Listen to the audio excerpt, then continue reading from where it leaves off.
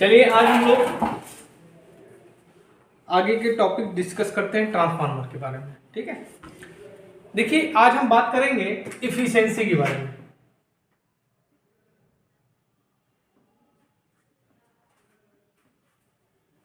Efficiency को बेटा हिंदी में बोलते हैं दक्षता।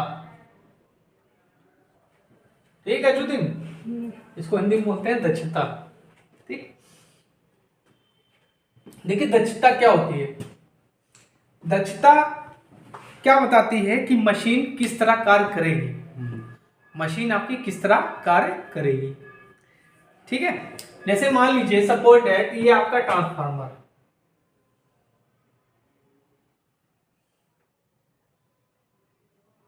ये आपका ट्रांसफार्मर, ठीक, ये आपका क्या है, आउटपुट है,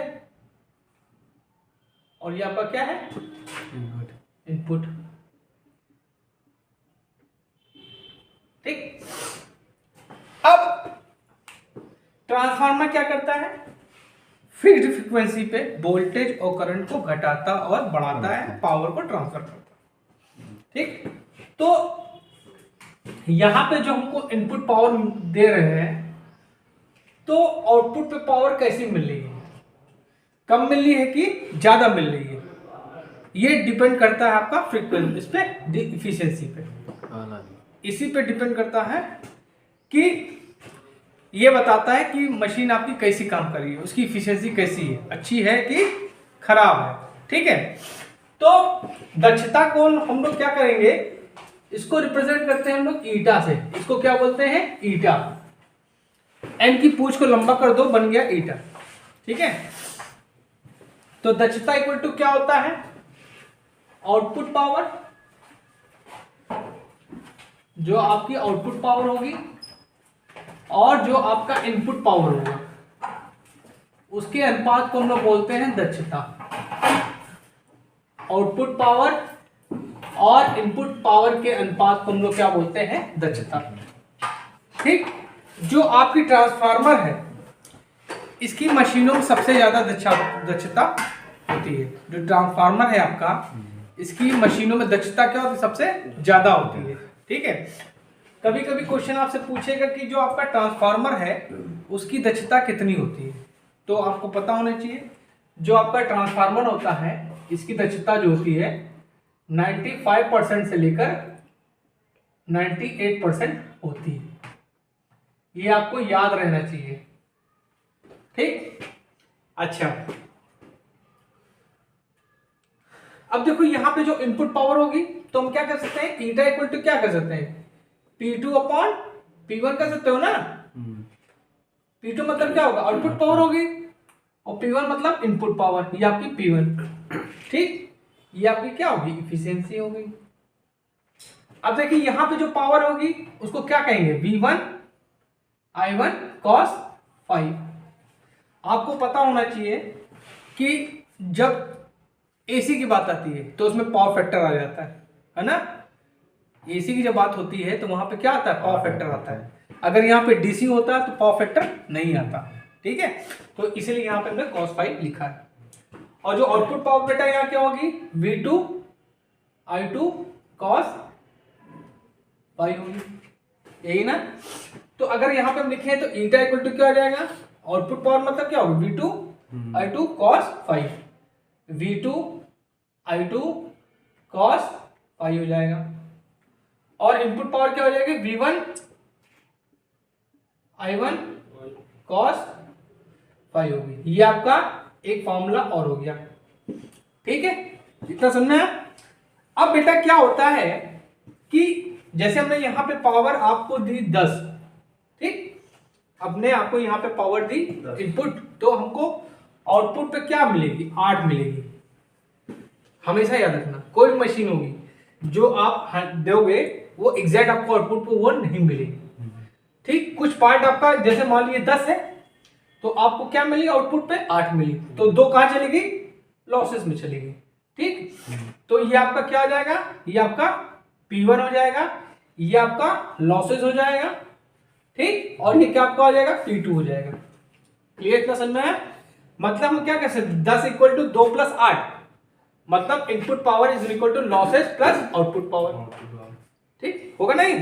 तो हम इसको इस तरह, अब तो ये तो जनरल फॉर्मूला हो गया, ये तो आपका जनरल फॉर्मूला हो गया कि output power upon input power. लेकिन अगर इसको लॉसेस में तोड़े तो कैसे होगा? अगर इसको लॉसेस में तोड़ोगे तो क्या हो जाएगा? लॉसेस तो आउटपुट पावर क्या हो, यही रहेगी। क्लियर है? लेकिन जो आपकी इनपुट पावर किसमें कन्वर्ट हो जाएगी? इसमें। यही तो इनपुट पावर आपके आउटपुट पावर में कन्वर्ट हो रही है। तो क्या हो जाएगा? V2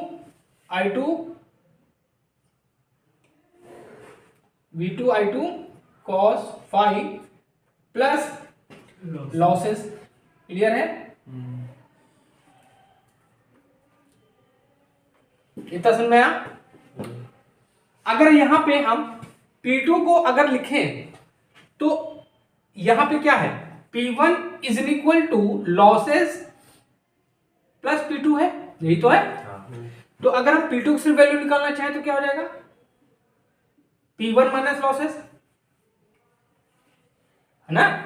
लॉसेस यहां प्लस में उधर जाके क्या हो जाएगा? माइनस हो जाएगा। तो ऊपर वाले टर्म को हम ये लिख सकते हैं। तो क्या हो जाएगा? ईटा इज इक्वल टू, इधर आ रहा है कि नहीं आ रहा है? आ रहा। चलो इधर लिख देते हैं।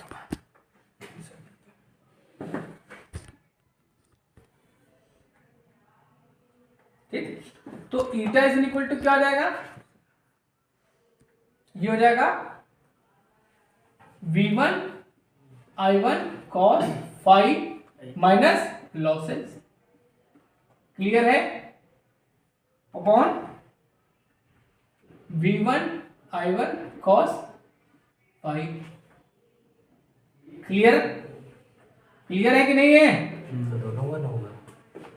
हाँ, तो यहाँ पे हमने इसको यही रखा ना, हमने V2 कन्वर्ट किया ना। ऊपर दोनों V1 हाँ कीजिए, देखो इसी को तो हमने कन्वर्ट किया V2 I2 को। ये जो आउटपुट था P2 है ना, निकलेगा। हाँ तो देखो तो V1 आ जाएगा ना यहाँ नीचे। ये तो इनपुट तो वैसे ही है ना, हमने आउटपुट को चेंज किया है। यहाँ पे देखो, यहाँ पे भी सेम था, यहाँ पे हमने इनपुट को चेंज किया था। अब यहाँ पे हमने किसको कर दिया? आउटपुट को चेंज कर दिया। क्लियर है?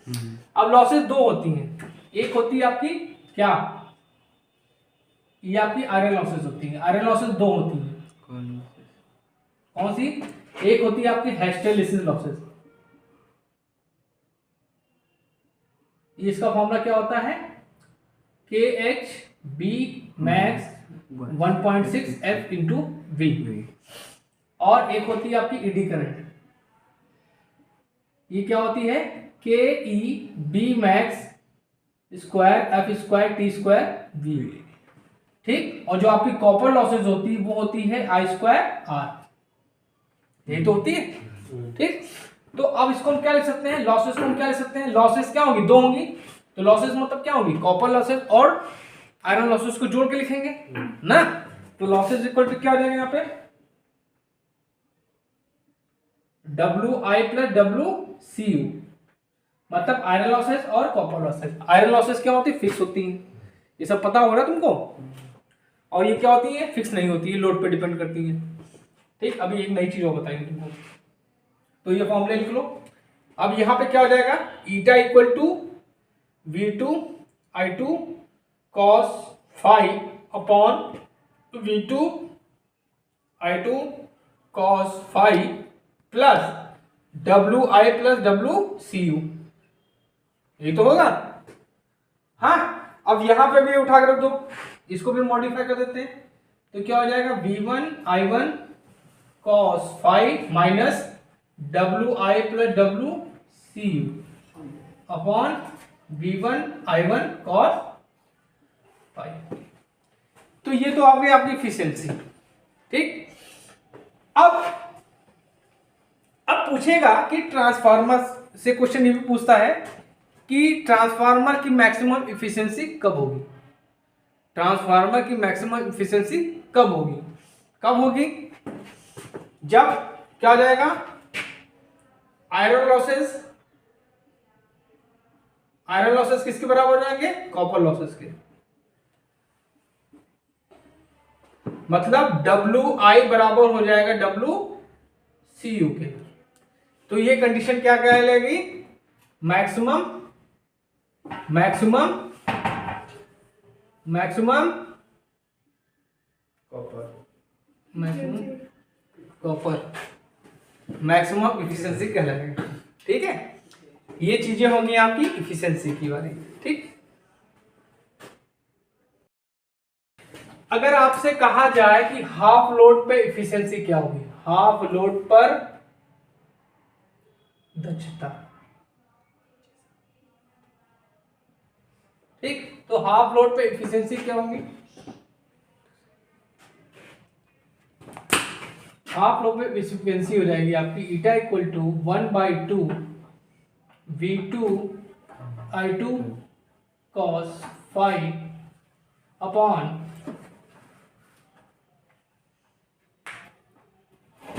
1/2 V2 I2 cos phi plus. अब यहां पे मुद्दे पे बात ध्यान दीजिए, एक चीज यहीं पे बताने जा रहे हैं। ठीक है, देखिए कॉपर लॉस,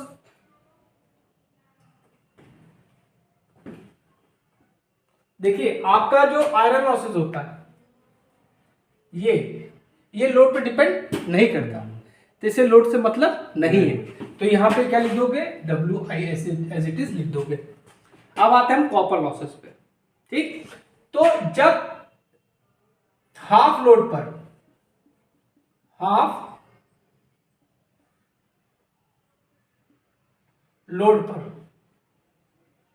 जो आपकी ये हो जाएगी कॉपर लॉसेस क्या हो जाएगी? 1/4 हो जाएगी।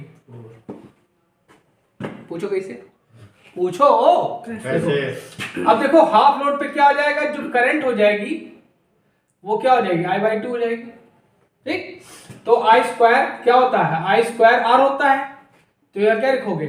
I²/2 लिखोगे, तो क्या हो जाएगा? 4 हो जाएगा। तो क्या हुआ कि जो आपकी लॉसेस हो जाएंगे 1/4 कॉपर CU। समझ में आया?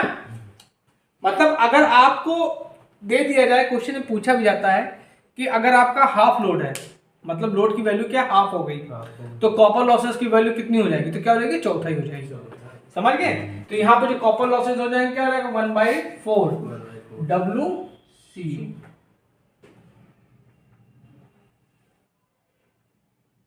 ठीक, अगर मान लो कोई कह दे कि आपका 1/4 लोड है, तो कॉपर लॉसेस कितनी हो जाएगी? 1/16 WC हो जाएगी। समझ में आया? ठीक, तो हाफ लोड पर कुल लॉसेस क्या हो जाएंगे? तो देखो आपकी आयरन लॉसेस तो फिक्स होंगी, उससे कोई मतलब नहीं है, तो आपकी कॉपर लॉसेस कितने हो जाएंगे? हाफ लोड पर 1/4 WC हो जाएंगे। समझ में? और अगर आपसे कहा जाए कि 2 गुना भार और फुल लोड 2 टाइम्स लोड पर मतलब लोड जो है आपका 2 गुना हो गया, करंट की वैल्यू क्या होगी? 2I हो गई, तब क्या हो जाएगा? ये तो आपका ऐसे रहेगा, और ये क्या हो जाएगा? ये हो जाएगा 4 WCU। क्या हो जाएगा? ये 4, मतलब कॉपर लॉसेस क्या हो जाएंगे? 4 गुना हो जाएंगी। समझ में आया? स्क्वायर में बढ़ती है लॉसेस, लोड के अकॉर्डिंग स्क्वायर में बढ़ती है। ठीक, और अगर कहा जाए 1/4 लोड, तो क्या हो जाएगा? WI + 1/16 WCU हो जाएगा। समझ में? ये चीजें आपको याद में रखनी, ये चीज मैं नहीं बता रहा हूं, अभी तक मैंने नहीं बताया था आप लोग को, लेकिन ये चीज नहीं बता रहा हूं। क्यों? क्योंकि आपकी यूपीपीसीएल की तैयारी करवानी है।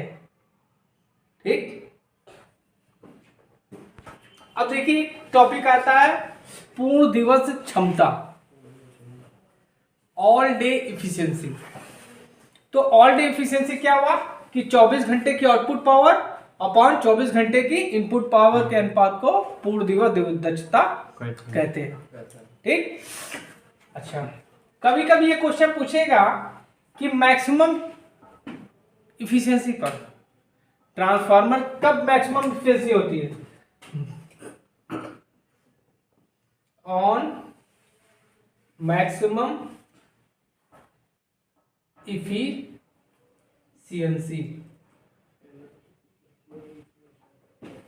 मैक्सिमम इफिशियंसी कब होगी?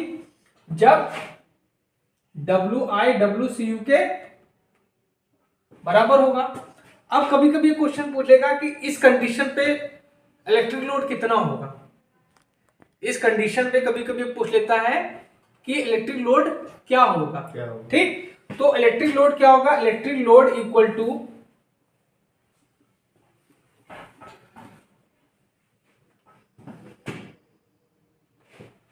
इसका फॉर्मूला होता है फुल लोड इन केवीए, जो आपका टोटल लोड होगा। ठीक, अब under root WI upon WCU, WI upon WCU, ये भी फॉर्मूला आपको आना चाहिए। ठीक है, ये भी फॉर्मूला आपको आना चाहिए। अगर आगे से पूछे मैक्सिमम इफिशियंसी पर इलेक्ट्रिक लोड की वैल्यू क्या होगी, तो फुल लोड जो होगा वो into under root times of WI upon WCU होगा। ठीक है, ये भी आपको पता होना चाहिए।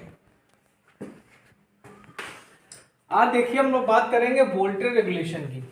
वोल्टेज रेगुलेशन की, जैसे मान लीजिए आपका ये ट्रांसफार्मर है।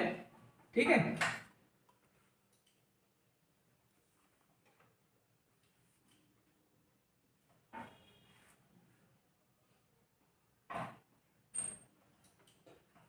तो इस कंडीशन में आपका ये टर्मिनल खुला हुआ है, मतलब ओपन सर्किट की बात हो रही है। ठीक, तो ये इसका वोल्टेज मान लें V02। ठीक, समझिए मेरी बात। देखिए, हम कहते हैं कोई भी चीज समझाए तो फिगर बना के समझाए, ज्यादा समझ में आता है इसे। ठीक, और एक ये ट्रांसफार्मर है,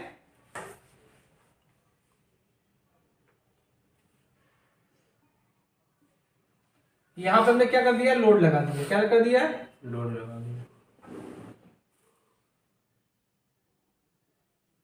इसका वोल्टेज कितना है? V2। ठीक, अगर आप लोग की तिवारी से बात होती है, तिवारी से उनसे कहते कॉलेज आया रेगुलर, अब जो रेगुलर नहीं आएगा उसको डामाडोल हो जाएगा, उसको मैं सेशनल नहीं दूंगा। अब से रेगुलर जो नहीं आएगा। ठीक है, अब देखिए वोल्टेज रेगुलेशन क्या होता है। ठीक, वोल्टेज रेगुलेशन के लोग वोल्टेज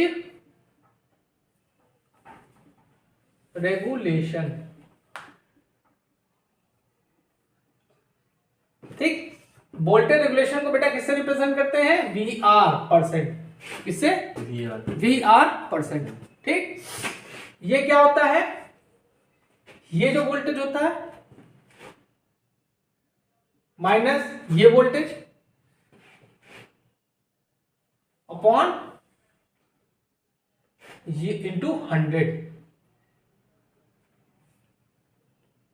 इसको बोलते हैं वोल्टेज रेगुलेशन। मतलब कहने का मतलब क्या है कि ट्रांसफार्मर के नो लोड पर आउटपुट वोल्टेज, ट्रांसफार्मर के, देखो ट्रांसफार्मर क्या ओपन है, यहाँ पे यहाँ लोड नहीं लगा है, तो क्या कहेंगे? ट्रांसफार्मर के नो लोड पर आउटपुट वोल्टेज और ट्रांसफार्मर के लोड पर आउटपुट वोल्टेज का अंतर क्या कहलाता है? वोल्टेज रेगुलेशन कहलाता है। ठीक है, इसी तरह तुम लोग को हमने जब उसमें पढ़ाया था, नींद आ रही, उसमें क्या था, जब हमने ट्रांसमिशन तुम लोग को पढ़ाया था तो उसमें भी बताया था ना कि सेंडिंग और रिसीवर का जो अनुपात होता है माइनस का, वो भी क्या होता है? वोल्टेज रेगुलेशन कहलाता है। ठीक, अच्छा, अब देखिए कुछ बातें हैं।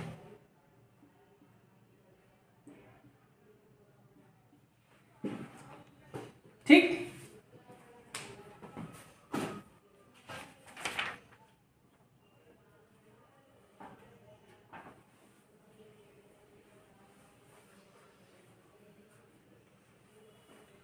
अब वोल्टेज रेगुलेशन की वैल्यू अगर जीरो हो, बात हमारे ध्यान से सुनिए, ऐसे क्वेश्चन बनते हैं, इससे क्वेश्चंस बनते हैं, समझ लो। जब वोल्टेज रेगुलेशन की वैल्यू 0 हो, ठीक, तो क्या माना जाएगा? सर्वोत्तम। क्या माना जाएगा? सर्वोत्तम। ठीक है, समझ गए? और अब इस पे 3 कंडीशन होती हैं, ठीक है। अब देखो, अगर आपका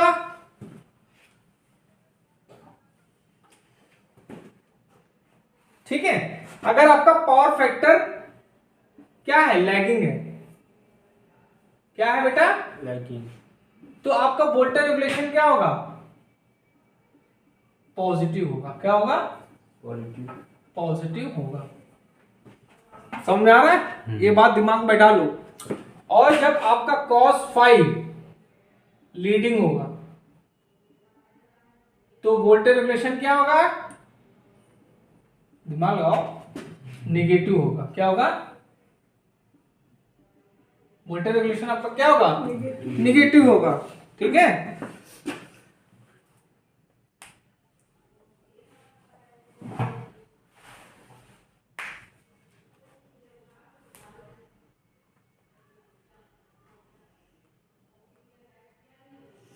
तो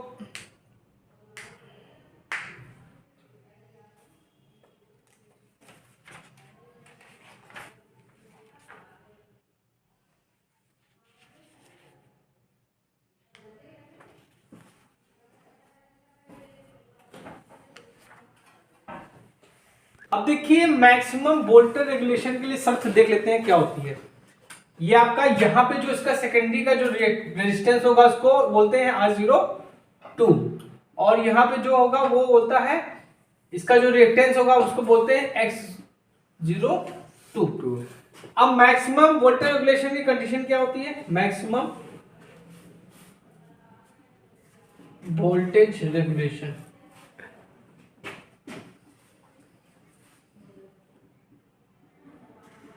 क्या शर्त होती है?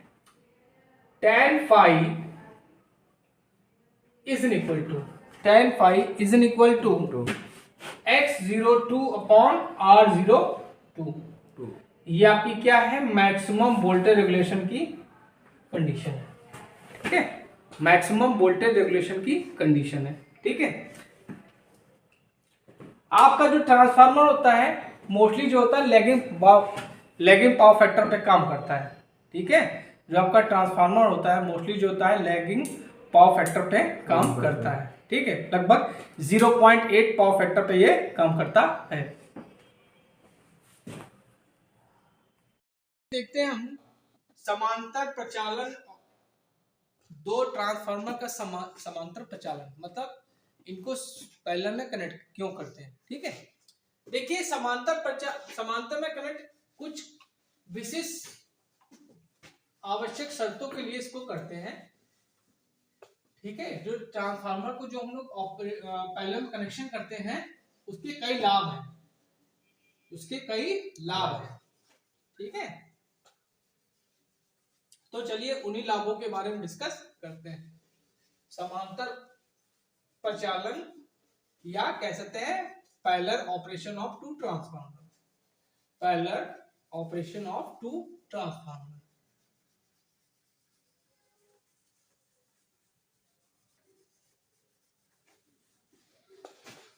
Parallel operation of two transformer.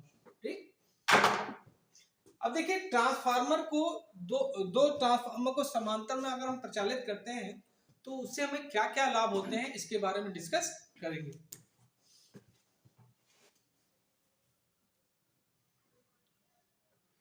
लगभग आपको 5 पॉइंट बताएंगे, ज्यादा बहुत पॉइंट है। उसके बाद आपको बताएंगे समांतर प्रचालन की शर्तें, 4 शर्तें होती हैं। ठीक है, पहला क्या है कि बिजली घरों से अतिरिक्त बिजली को संचित करने के लिए हम क्या करते हैं? ट्रांसफार्मर को पैरेलल में लगाते हैं। क्या लिखेंगे?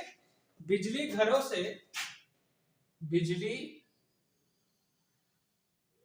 से अतिरिक्त अतिरिक्त कैसे लिखेंगे? अतिरिक्त अतिरिक्त बिजली अतिरिक्त अतिरिक्त से लिखा है विद्युत वैद्युत शक्ति को संचित करने के लिए, उसके लिए संचरित करने के लिए, संचरित करने के लिए। पहला क्या है कि बिजली घरों से हम अतिरिक्त विद्युत शक्ति को संचित कर सकते हैं, मतलब ट्रांसमिट कर सकते हैं। ठीक है, और अगला पॉइंट क्या है? बिजली घरों से अतिरिक्त विद्युत शक्ति को वितरित करने के लिए, मतलब ट्रांसमिट भी कर सकते हैं और डिस्ट्रीब्यूट भी हम कर सकते हैं। और अगला पॉइंट क्या है? उपकेंद्रों की क्षमता बढ़ाने के लिए, उपकेंद्रों की क्षमता बढ़ाने के लिए।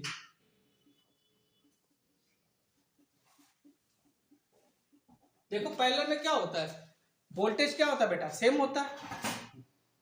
पैरेलल कनेक्शन में क्या होता है? वोल्टेज आपका क्या होता है? सेम होता है।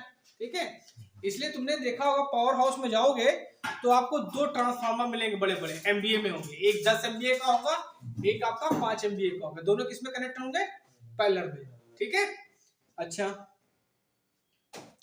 और अगला क्या है? उपकेंद्रों की दक्षता बढ़ाने के लिए। ठीक है, उपकेंद्रों की दक्षता बढ़ाने के लिए, ठीक, क्षमता बढ़ाने के लिए भी और दक्षता बढ़ाने के लिए। और क्या है? आपका ट्रांसफार्मर में अगर हम, इससे क्या होता है? ट्रांसफार्मर में हम लोड को बांट सकते हैं, मतलब इस यहां लोड के लिए ये ट्रांसफार्मर, यहां लोड के लिए ये ट्रांसफार्मर। समझे आप? कि मतलब जो लोड होंगे उसको समान रूप से वितरित कर सकते हैं। ठीक है, तो क्या लिखेंगे? ट्रांसफार्मर में लोड बांटने के लिए।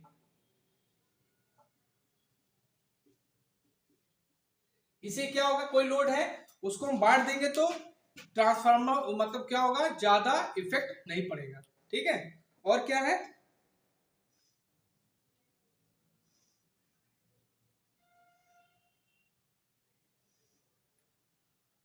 ठीक, और क्या है?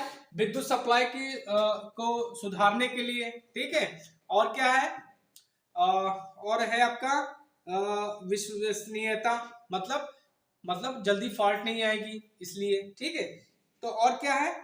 भार स्थानांतरण सुविधा के लिए, मतलब इससे क्या होगा? लोड आपका जो होगा आसानी से स्थानांतरित किया जा सकता है। ठीक है, तो ये सब कारण है, ये सब क्या है? कारण है जिससे हम लोग ट्रांसफार्मर क्या करते हैं? समांतर में क्या करते हैं?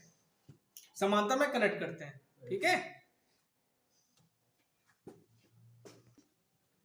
अब देखिए समांतर प्रचालन के लिए आवश्यक शर्तें हम लोग डिस्कस करते हैं। ठीक है, जैसा कि मैंने बताया था आपको, इसके लिए 4 मेन शर्त है। ठीक, पहली शर्त क्या है? दोनों ट्रांसफार्मर की ध्रुवता समान होनी चाहिए, मतलब पोलैरिटी क्या होनी चाहिए? सेम होनी चाहिए। ठीक है, पोलैरिटी मतलब सेम कला में होने चाहिए। ठीक है, सेम कला में होने चाहिए। ठीक है, दूसरा क्या है?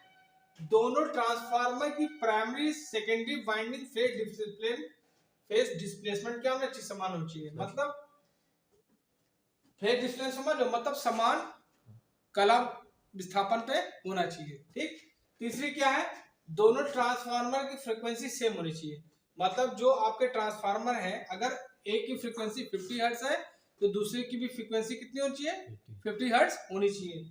चौथा क्या है? दोनों ट्रांसफार्मर का ट्रांसफॉर्मेशन रेशियो समान होना चाहिए, दोनों का ट्रांसफॉर्मेशन रेशियो क्या होना चाहिए? समान होना चाहिए। तो आज के लिए इतना बहुत है। नेक्स्ट लेक्चर में आपको ट्रांसफार्मर का थर्ड पार्ट बताऊंगा, क्योंकि ट्रांसफार्मर बहुत बड़ा टॉपिक है और बहुत ही इंपॉर्टेंट टॉपिक है आपके इलेक्ट्रिकल इंजीनियरिंग के लिए।